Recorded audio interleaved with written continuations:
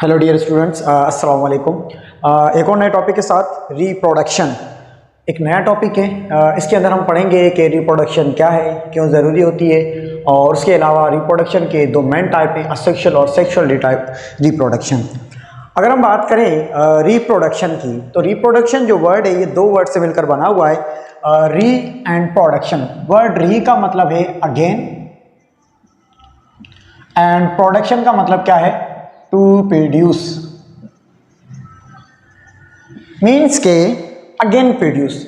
कोई भी जानदार चीज़ है वो रिप्रोडक्शन करती है और अपनी जनरेशन को आगे कंटिन्यू रखती है। तो इसके अंदर क्या करते हैं कि जानदार रिप्रोडक्शन कर रहे होते हैं। उसका मतलब ये है सिंपली कि एक जानदार से दूसरा जानदार बन रहा होता है। सिंपली फॉर एग्जाम्पल अगर हम ह्यूमन बींग्स की बात करें तो मेल और फीमेल की जब ड्यूरिंग गैमेट फॉर्मेशन होती है, उसके बाद सेक्सुअल रिप्रोडक्शन होती है, जिसकी वजह से एक नया बच्चा प्रोड्यूस होता है। तो क्यों ये जो प्रोड्यूस हुआ है तो उसके अंदर क्या हुआ है, जनरेशन आगे कंटिन्यू हो रही है।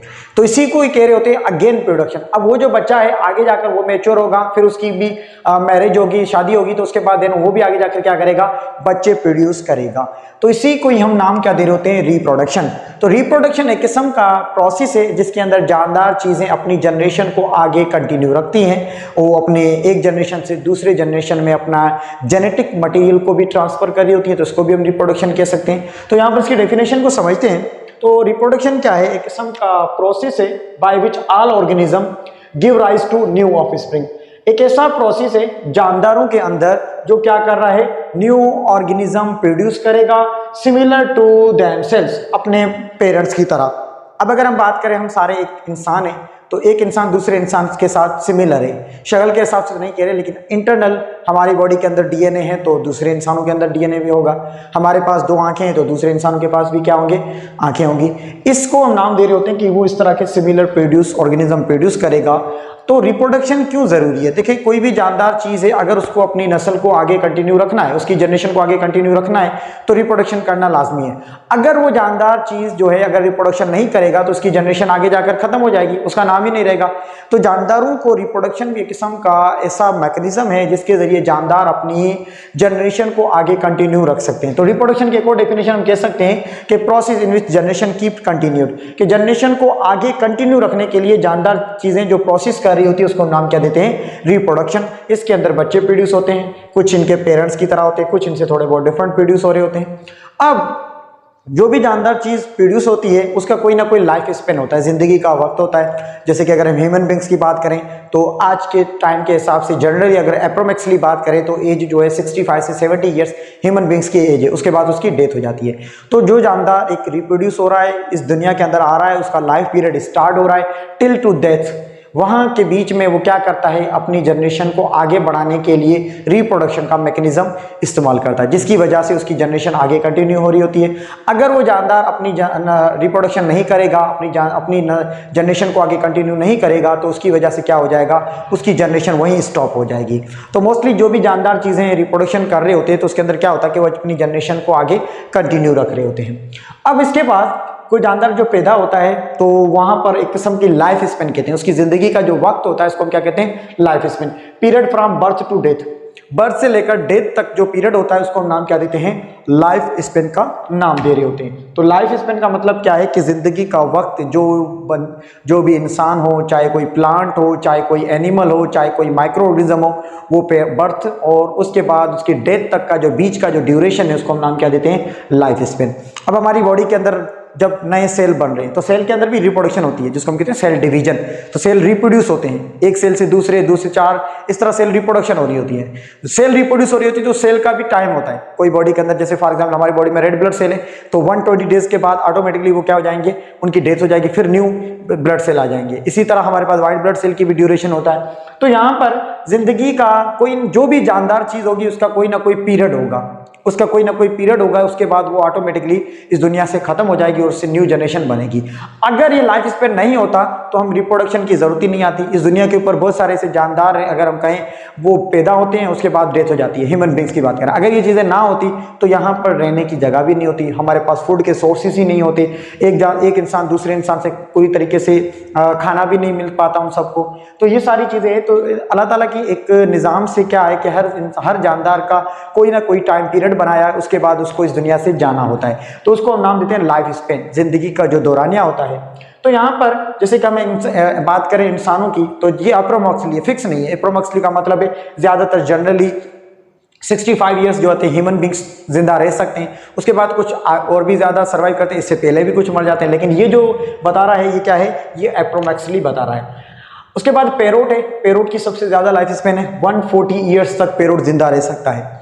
उसके बाद एलिफेंट भी है, ये भी 65 ईयर्स, जिस तरह ह्यूमन है इनकी भी लाइफ स्पेन जो है 65 ईयर्स है। उसके अलावा वीट है, वीट अब देखें यहाँ पर ये मैन है, पैरोट है, एलिफेंट है, ह्यूमन की बता रहा है, एनिमल्स की बता रहा है, बर्ड्स की भी बता रहा है। इसके अलावा प्लांट्स हैं, प्लांट्स की भी लाइफ स्पेन होती है, ऐसा नहीं कोई प्लांट्स लगा रहा सारी जिंदगी जिंदा रहता, नहीं, प्लांट का भी कोई ना कोई ड्यूरेशन होता है, उसके बाद वो खत्म हो जाता है। जैसे हमने कहा वीट, तो वीट हम क्या लगाते हैं, एक सीजन आती है जिसके अंदर वो 5 मंथ तक होती है, उसके बाद वो मैच्योर हो जाती है, ऑटोमेटिकली सूख जाती है, या उसको हम खुद काट कर एज अ फूड सोर्स के लिए इस्तेमाल कर रहे होते हैं। तो रिप्रोडक्शन एक ऐसा मैकेनिज्म है जिसके अंदर जानदार चीजें अपनी रिप्रोडक्शन के जरिए अपनी जनरेशन को आगे कंटिन्यू कर रही होती हैं, अपनी जिंदगी चला रही होती हैं। तो हर किसी जानदार का कोई ना कोई लाइफ स्पेन है जिसकी वजह से उसको जाना है, मरना है, और उसके बाद वो न्यू प्रोड्यूस होने, उनके बच्चे आने। अब हम अगर रिप्रोडक्शन की बात करें तो जानदारों के अंदर जो रिप्रोडक्शन का जो मैकेनिज्म है, जो प्रोसेस है, वो दो तरह से होता है। एक मैकेनिज्म को हम नाम देते हैं असेक्सुअल रिप्रोडक्शन, और दूसरा जो मैकेनिज्म है उसको हम नाम क्या देते हैं, सेक्सुअल रिप्रोडक्शन का नाम देते हैं। अगर हम बात करें असेक्सुअल और सेक्सुअल, इसको क्यों क्लासीफाई किया गया है?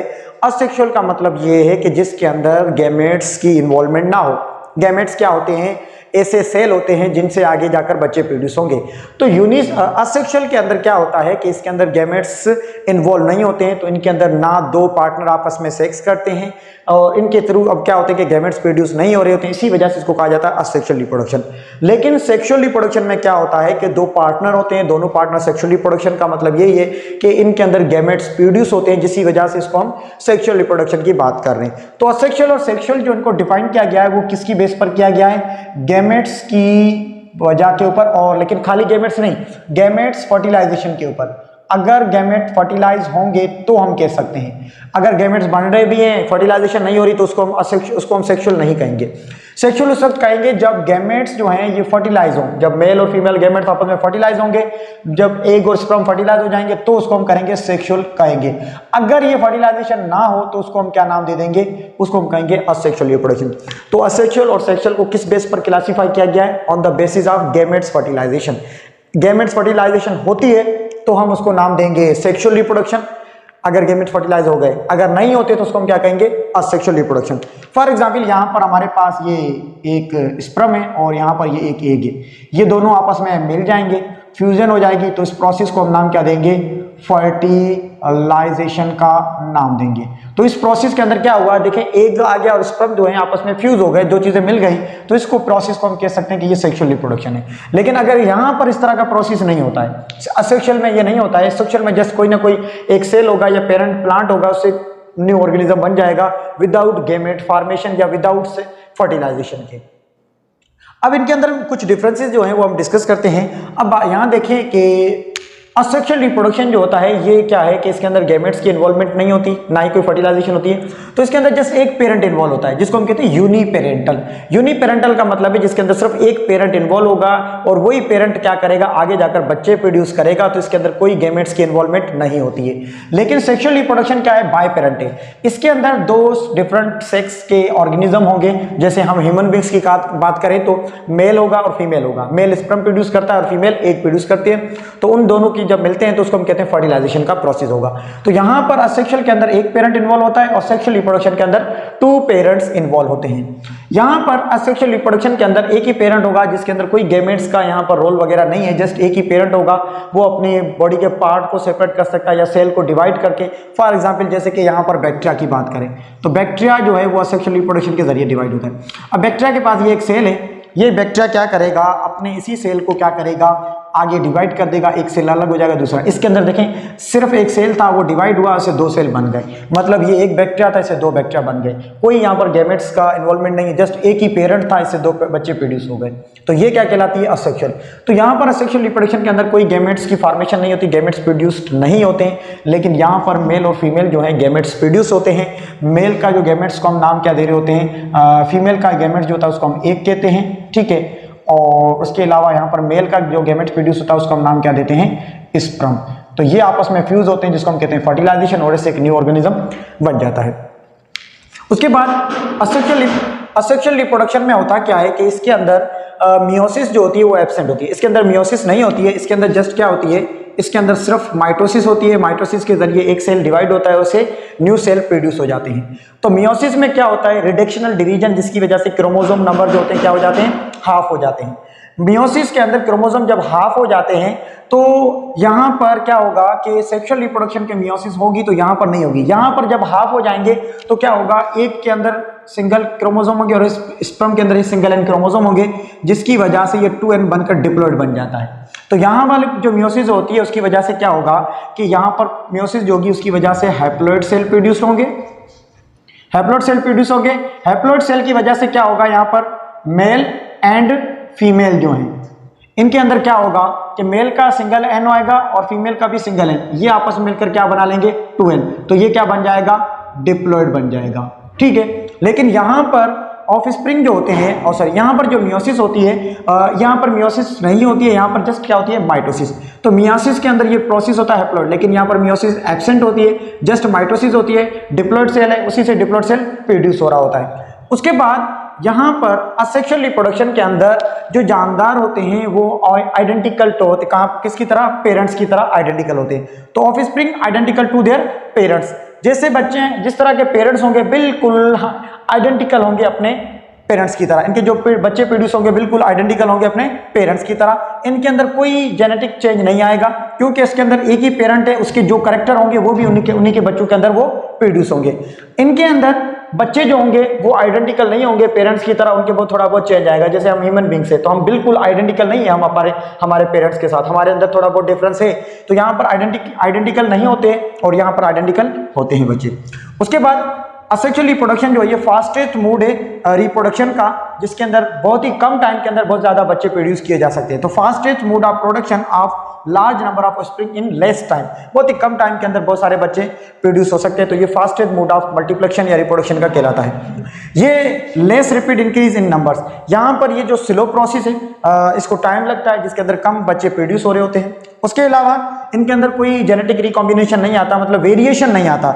वेरिएशन क्या होता है, एक जानदार दूसरे जानदार से, एक स्पीशीज दूसरे स्पीशीज से डिफरेंस नजर आ रही होती है। जैसे हम एक ह्यूमन है दूसरे ह्यूमन से डिफरेंस है, तो इसके अंदर क्या होता है कि जेनेटिक रिकॉम्बिनेशन है, जीन्स के अंदर कोई नया चेंज आया हुआ है जिसको हम कहते हैं जेनेटिक रिकॉम्बिनेशन।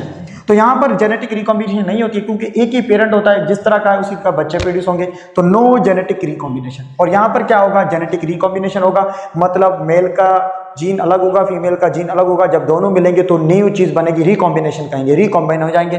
तो यहाँ पर जो आएगा उसकी जेनेटिक रिकॉम्बिनेशन की वजह से क्या आएगा, जानदारों के अंदर क्या आ जाएगा, वेरिएशन आएगा। वेरिएशन की वजह से आगे जाकर क्या होगा, एवोल्यूशन आएगी। एग्जाम्पल है असेक्सुअल रिप्रोडक्शन जो है बर्डिंग है, फीजन है। उसके अलावा ये हम आगे फर्दर लेक्चर्स में डिस्कस करेंगे। और एग्जाम्पल यहाँ पर क्या है, सेक्सुअल रिप्रोडक्शन के अंदर हैप्लॉइड गैमेट्स प्रोड्यूस होंगे, जिसकी वजह से जाइगोट बनेगा, जाइगोट से आगे जाकर बच्चे प्रोड्यूस हो जाएंगे।